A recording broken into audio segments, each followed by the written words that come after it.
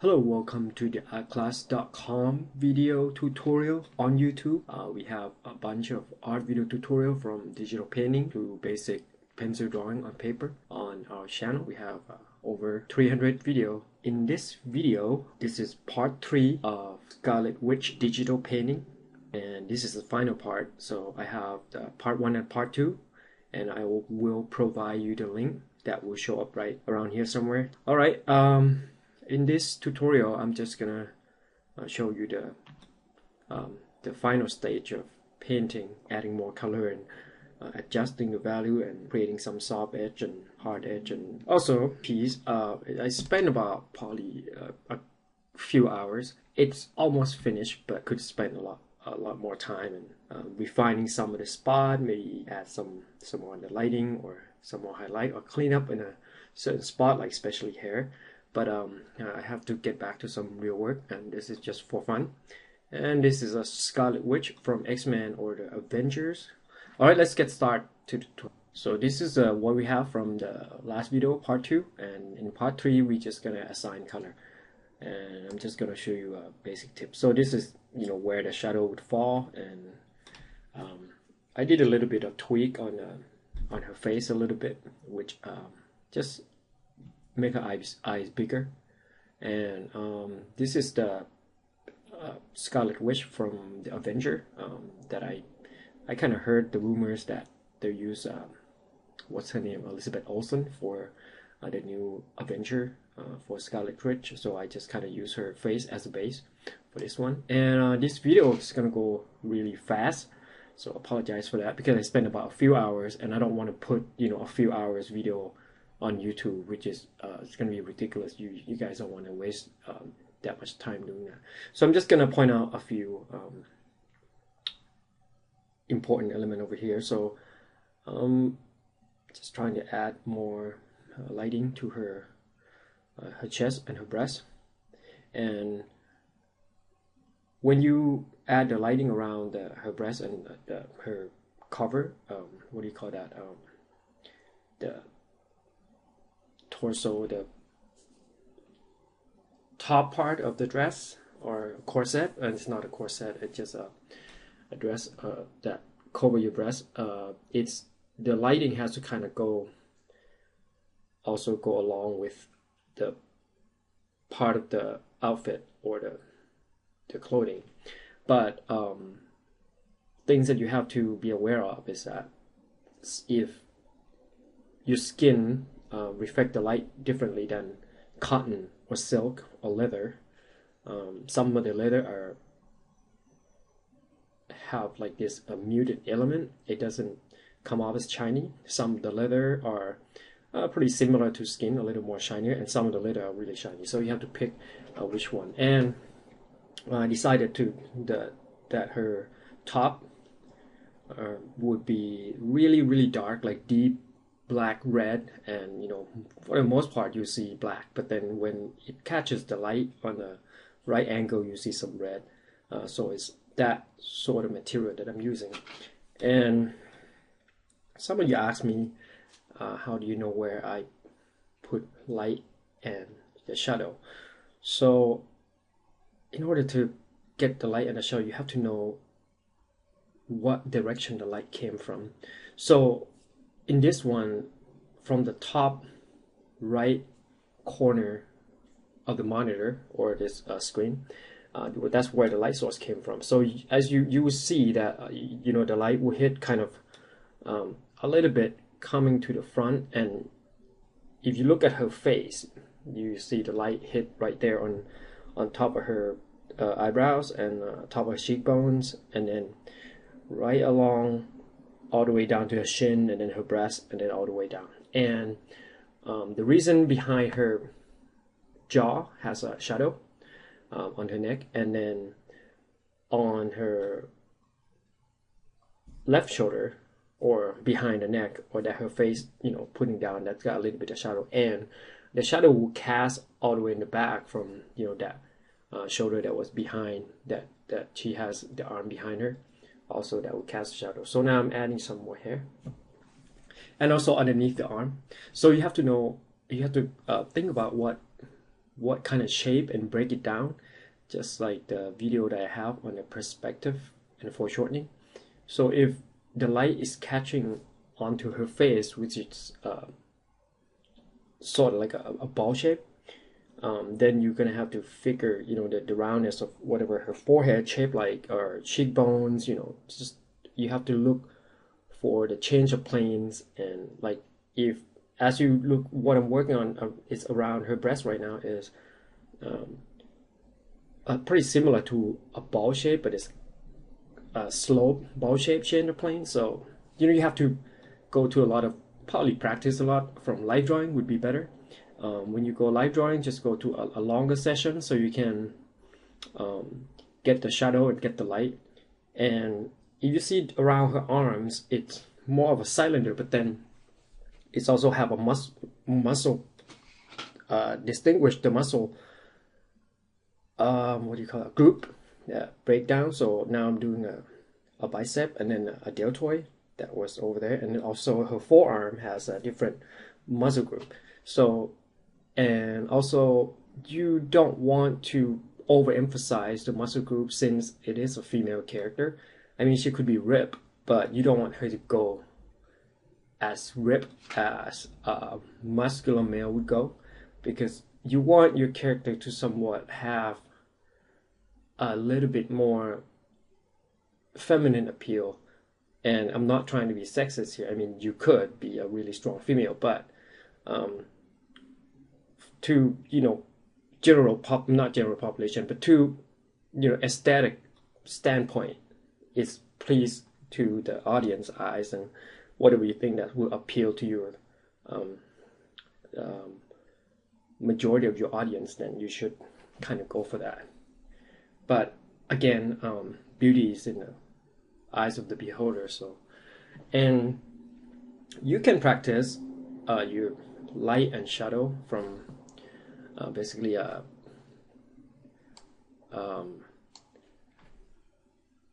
reference, photo reference, but I wouldn't recommend it as good as live drawing, because when you go live drawing, you see the figure move, you notice how the muscle contract and extended, and the body are pretty flexible, and the muscle group are elastic, especially certain group like breast and your buttocks and your even for male, like if some male has like a big pectoral, it's also flex it, and it's all the muscle group are is amazing when you see them move. So like bicep, tricep, when you change the position, all your muscle changes.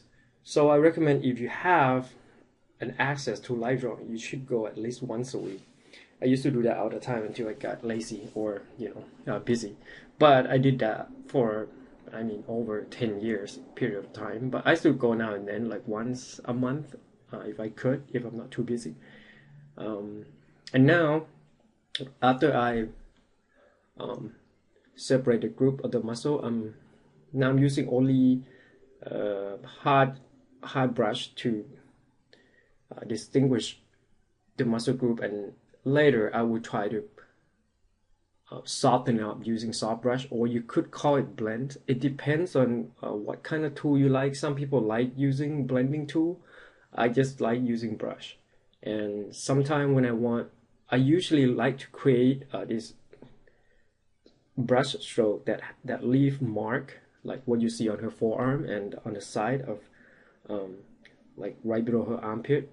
And I think that sort of give me the result that I'm looking for, rather than have it all smoothed out. As you can see in her face, if you look at her face like carefully, the face is pretty much almost done, 98% done. You see a bunch of brush or mark that is not as smooth as a airbrush or a lot of piece that a bunch of artists, other artists do. It depends on preference. I like to leave certain texture mark and have a little bit of oil paint look alike that is not, it doesn't look like it's finished. like I'll look at a painting of like just say John Singer Sargent or and the Zorn, or even Facada, or even Norman Rockwell looks his work looks super refined now. He doesn't usually leave, but he has like some brushstroke, but it's really refined. But you can still tell that it is have that oil painting look. So I like those kind of looks. So usually when I'm painting, I'm just always going for that kind of look rather than the comic book look, or the illustration look, or anything that like in the 80s and 90s they have a bunch of art that was super cool, super good, but they use a lot of airbrush, and I'm not really into those. I'm more into the look that is not quite finished, but it's finished.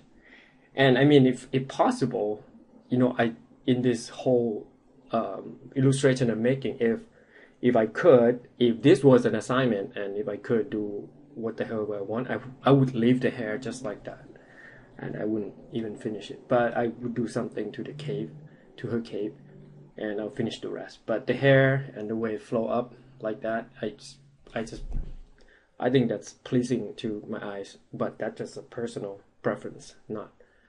I don't think anyone think it's cool. And right now I'm painting her. So the lights come from the top, so you see that I paint the dark side on the palms, that under, and then the lighter part is on top, or on the back of her hand, since it's coming off. And since I don't have a reference here, I'm just gonna try to guess as much as I could. And if you notice, I'm trying to making shape of each finger, and you know, just kind of like, okay, it's round. You have that, like you look at index finger. I'm trying to make it look, the light hits on the top, and then it's kind of gradually changing in from the lighter part into the darkness. And the thumb, I just leave it like that because the changer plane's on top of the thumbs. We hit the light, so I can just leave the thumb that light for now until I see some of the changes. And I might use some darker line to help distinguish the shape for now, and then I might change that later if there's any change in the outer light source, or changing any part of the color of the light from outside, then I might change it later. And now I'm just going to use the dark light to help distinguish the shape of the hand and the fingers. And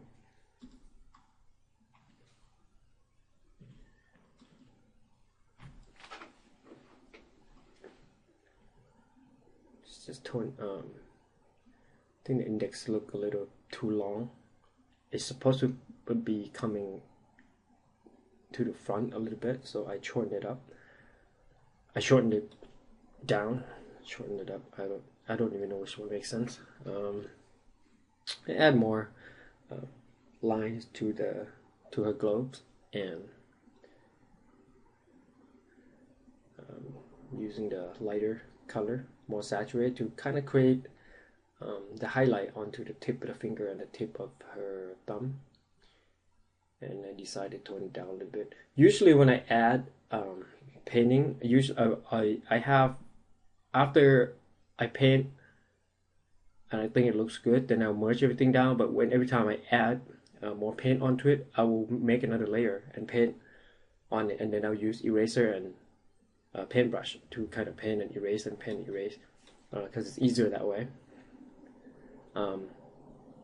And then after I paint to a certain amount, and I think, okay, that's stage looks, I like how that looks. Usually I spend about 20 minutes on each stage, and then if I can merge it down, I merge it down. And once I merge it down, and if I want to use dodge tool, then I'll just use dodge tool on a certain, what I did to her dress, because I want this reflective quality from her top. And now I'm using a white, just a color, and use soft brush to kind of desaturate. But then I decided I didn't like it, so I erased it. It's like, that doesn't look right. Just kind of look a little off. It doesn't belong there. It's the white color just kind of skip it a little too. Then I eventually erase those white part to leave the deep red and the bright red in there instead. And I'm just trying to find the shape of her bras or top. I don't know what it's called, a corset or something. Not familiar with the term, a superhero corset with the high. And I decided to have her wear a black stocking instead. I mean, a bare legs are nice, but I guess in this context, the dark black stocking would make more sense. And I'm just trying to do the look or the costume that exists in the comic book, since I don't know what they are going to do with the new costume, or who designing the new costume for Scarlet Witch, the upcoming in the Avenger movie. And so I'm just gonna use the typical look of the Scarlet Witch. I actually never read the comic book. I got into the comic book because I work on a video game and know a lot of people that read the comic books and then watch a bunch of movies, and a bunch of my friends working on Man of Steel and Pacific Rim, and then you got to pay attention to those, and you kind of get to know the character, and you look around, you're like, oh, that's gonna be making into movies, and this is gonna be making into something, and then I flip again.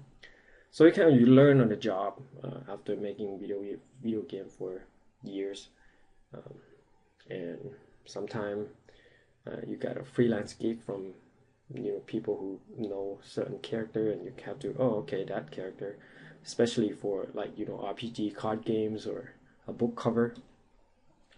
But I've never worked with Marvel yet. I would like to.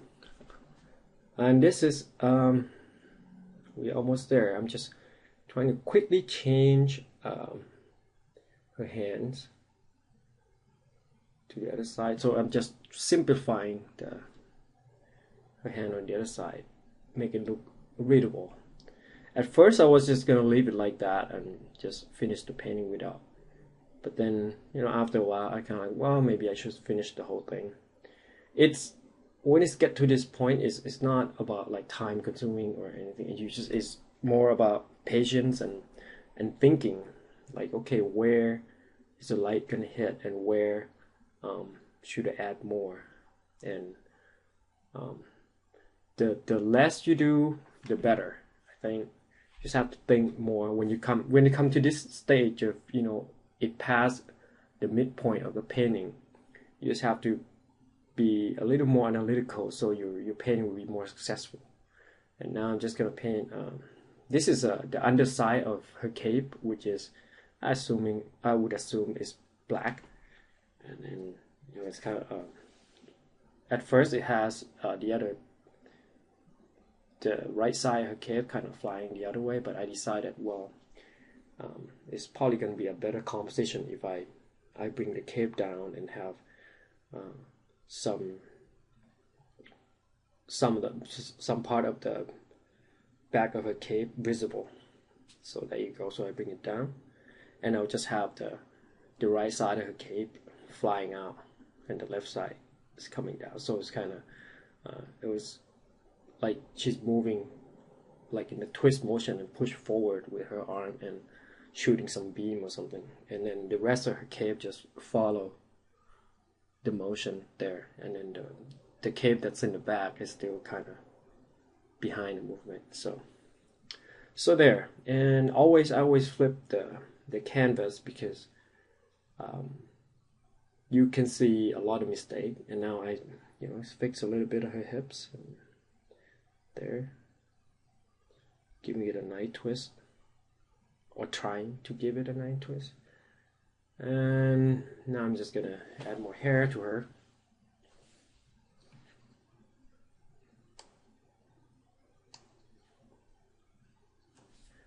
And you can still see the brush stroke, so it's It wasn't even that fast. Some of the painting that you see on YouTube just like whoop, well, I don't know where it goes. Just about an hour and you don't really see the brush stroke. But this, I'm trying to not speed up so much. It's like still around 4, and I'm using soft brush to create an illusion of her hair kind of pushing back into giving it some what do you call that, depth of field. And then I put another layer and make the darker hair or darker tone value of the hair and paint it on top, so it looks like it gives you an illusion of the darker ones is in the front of the lighter hair that was in the back. And now that's the mask that I already did. I think I did that on the second video, so I decided to put the mask back on. I don't think they will put the mask in the movie if I was to design a character. I mean, from what I saw in the Avenger, I don't think they're shy about putting the real costume in there, like what they did to the X-Men. The X-Men is, I think it's belong to Fox now, and they're kind of timid about their comic book costume. But most of Marvel, like Avenger, like the Iron Man, Hulk, Thor, and what's the other one? Captain America. I think they stay pretty close to the costume in the comic book, which is, I think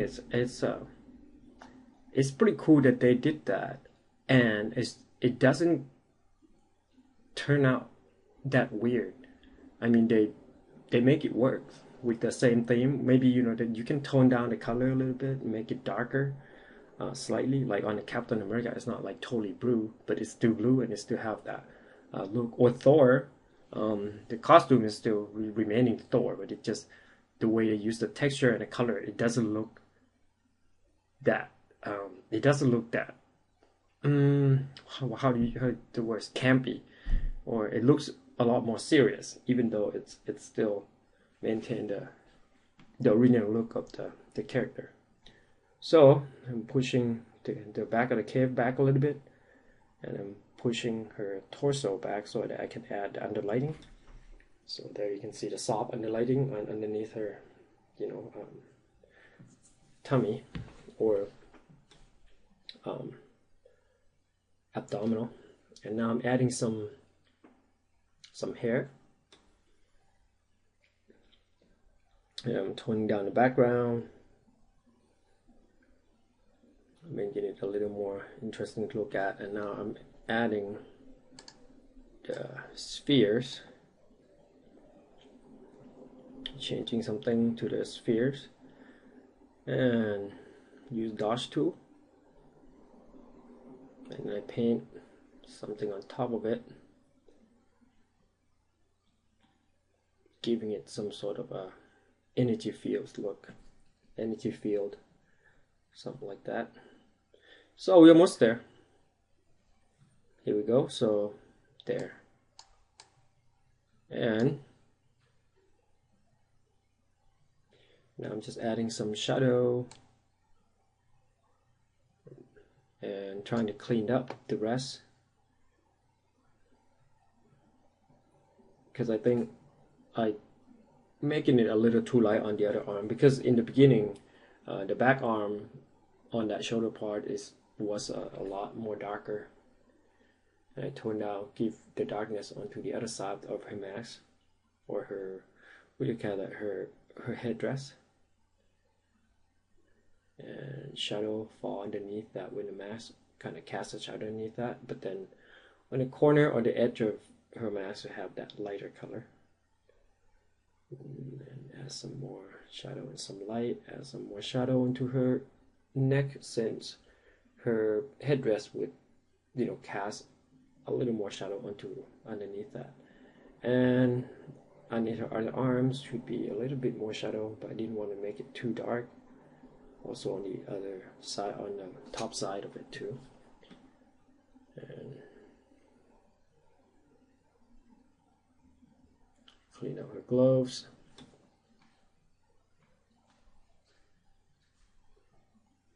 And add some outline onto it to make it easier to read.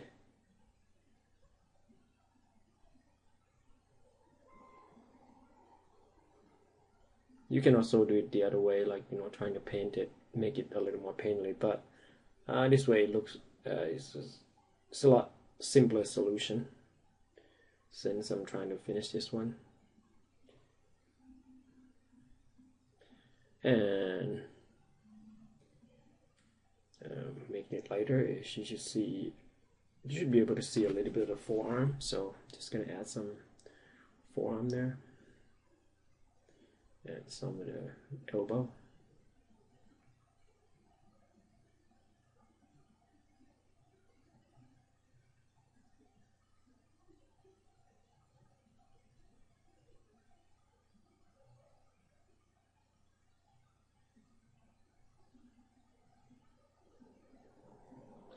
Add some lighter part onto the forearms, and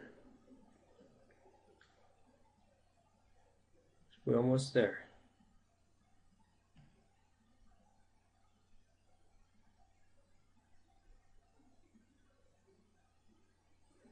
Add some shadow onto her face using different layers, and then use saw brush to erase part of it.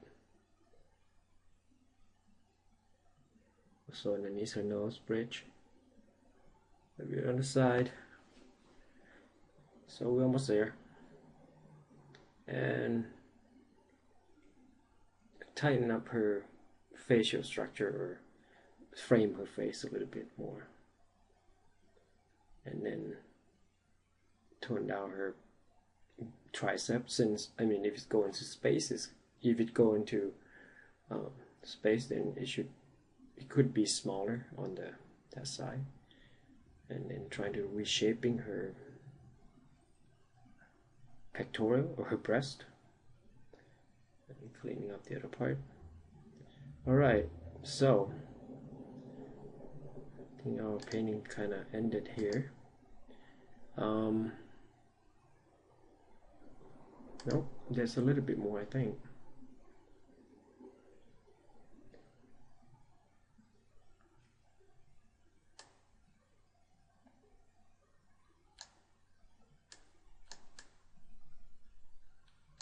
So in this one, I add the lighting from the energy field that she created. So I just use magenta from that ring and paint it around her fingers, and wherever the light would hit, probably mostly on the tip of her fingers. And same with her thumbs. And I fixed that part that had the white streak on her hair. So here we go. That's a Scarlet Witch that I have. Alright, thanks for watching the video. This is the last part of the tutorial, and I will put everything in the playlist. It will be like digital painting tutorial, Scarlet Witch. I hope you enjoyed this tutorial. There's a bunch of things I still could, you know, make a refinement. I think I did make something to this one. Yeah, make a bit of change to that part of the costume, and also this side, and a little bit change over there, and a little bit to the hair, I think.